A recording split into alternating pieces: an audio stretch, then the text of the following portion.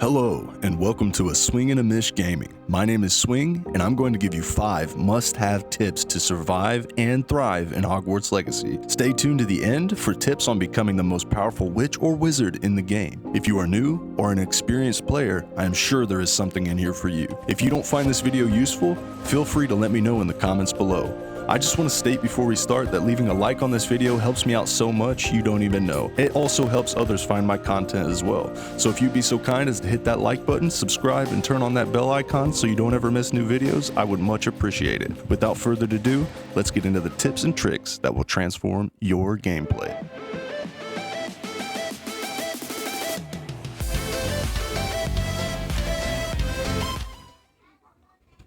Up first, we have the Disillusionment charm. The Disillusionment charm has great, if not the most, utility in the game.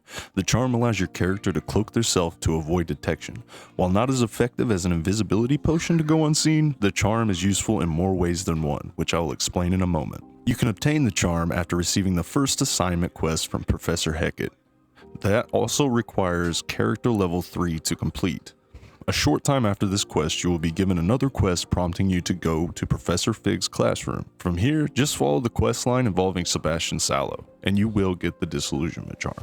Now, the Disillusionment charm is important because it goes without saying that most players have found those chests with eyeballs on them and wonder how to open them.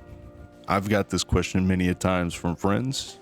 They were just curious, they had no idea how it worked. Well, you want to know more? The Disillusionment charm is the answer to open those chests, and each chest gives you 500 gold, which is mighty worth it in my opinion. How you open them is you have to simply walk away from them, cast Disillusionment, and then walk back. And they won't be able to see you, but you'll be able to open the chest. The charm is also useful to take out high-level enemies. All you do is you cast it, get behind them, hit X for Petrificus Totalis, or square for Petrificus Totalis, and that's it. Another thing the charm is useful for is avoiding fights, if let's say you're a Hufflepuff. The second tip I have for you guys is spam revelio in the open world. What is it? Revelio is a spell that reveals hidden objects around the world, with 2 important distinctions. Gold means loot, and blue means object of interest. You get this spell within the first hour of gameplay before you even get to Hogwarts, so you are already equipped with an incredibly useful spell from the very beginning of the game. Revelio proves its worth from the jump of the game, but one thing you may not know is that this spell reveals more than just loot and confusing puzzle pieces. It also reveals enemies through walls and shows map icons on your screen, which leads me to my next tip. Brooms and broom flight. To get a broom, you must progress through the main story and complete Jackdaw's Rest. After this, you will receive a quest for flight class. Why this is important? Not only is a broom important to feel like our favorite seeker in the Potterverse, but it is also 3-button on consoles. You will automatically fly at the same increased speed as if you were to pull the right trigger or R2 buttons respectively. Not only that, but the broom automatically propels you so you don't have to push up on your joystick anymore. Just control its direction. I know I mentioned this in the last tip, but this is incredibly helpful and has helped me so much while exploring the map trying to 100% the game. If you hit Revelio while you're on your broom, it will show you locations around you that you can easily get to. Not only that, if you're on your broom, as you just saw, you can pick up lots of materials as well. Now a super important tip that I cannot stress enough. Do not upgrade your gear at the loom until you are at least level 30. For those who do not know, the loom is a magical utility conjuration that you can place in your room of requirement. How you get the loom?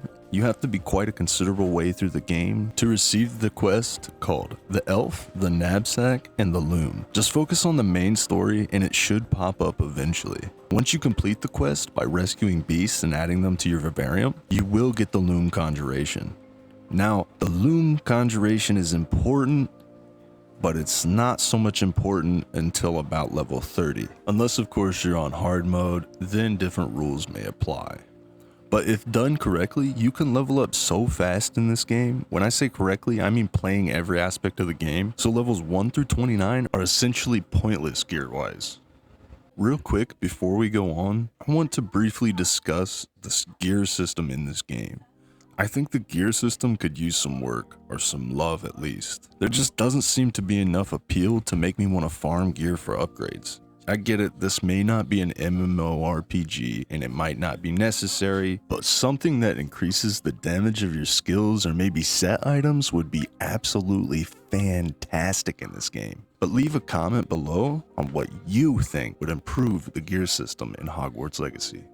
Last but not least, the one you've all been waiting for, or probably just skipped to, how to become the most powerful witch or wizard in the game. There are a couple things you will need to make this work, but I will tell you two things that work so well together they make peanut butter and jelly seem dissonant. They are Accio and Descendo.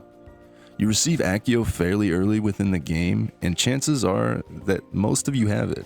If not, just play the game and you will get it fairly quickly. Descendo, on the other hand, requires you to complete 2 professor's assignments in-game. Professor Snape's first, Sharp, and then Professor Own Eyes. After completing both of them, you will receive Descendo.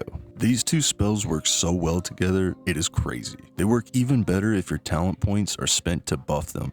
First you cast Accio on a target, and then use Descendo immediately after, dealing massive critical damage to them. Then you can follow this up with 3 light attacks and another spell if you would like. A seriously deadly combo is Accio to Descendo to 3 light attacks and Confringo. That is absolutely dirty. Now this combo won't work on bigger enemies, the executioners and trolls and things like that, but it is very, very good in almost every other circumstance. I do want to give a little bonus tip for those who don't know this. It's probably been talked about in plenty of other videos, but it's the time skip. If you open up your map and click in on the R3 button on controllers, you can skip time from day to night or night to day. Doing this will also cause quests to activate quicker after completing the prerequisite quest required.